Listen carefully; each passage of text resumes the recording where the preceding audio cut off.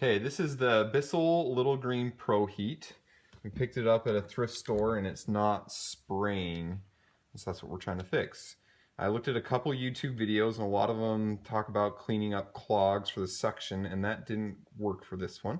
So I'm just going to take you through the steps that I've done to fix it. So you can see this is where the brush attaches, and when I push on this, nothing was coming out. So what I did was I take the two tanks off, and then the first thing I checked was this, where the detergent is actually sucked into, and that seemed pretty clear. There was no gunk in it. So the next step was to actually start disassembling the vacuum. So there's two screws on the case, one right here and here, and then again over here on this clip, one right here and here. Once you remove those screws, you can actually take this clip off. Then there's another two screws on the handle, one right here and here, and then where the hose wraps up right here, we'll take that piece off. And then this is where you wrap the cord. There was another screw right here. And then there's the final screw, don't miss this one, we missed it at first, another screw right here. Once you take that out, you can take this back piece off. And then the easiest way to do, now make sure this is unplugged, the easiest way to do this part is just to kind of flip it over the back and out of the way. So the next thing I checked was this pump right here, and so what I did is there's a little clip on here that you can actually take your pliers and depress that, and the clip is going back here, so I'll have to get that later. And then the hose was wedged on there pretty good, so I took a small screwdriver. You want a pretty small one so you don't tear up your hose, and just slowly kind of pry that off.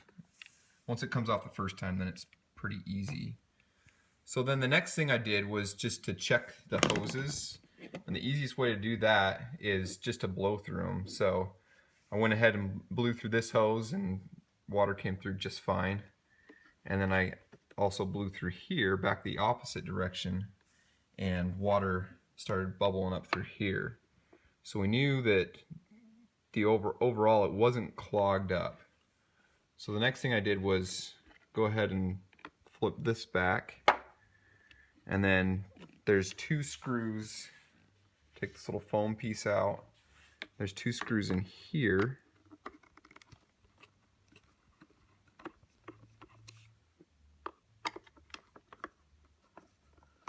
You can remove this case here. And then there's this little motor, and this is ultimately what ended up being the problem. So to take this motor out, take these two screws off here,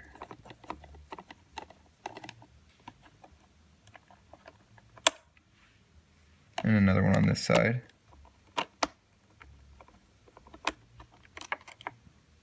And then this little plastic clip comes off, and then you can just pull the motor out.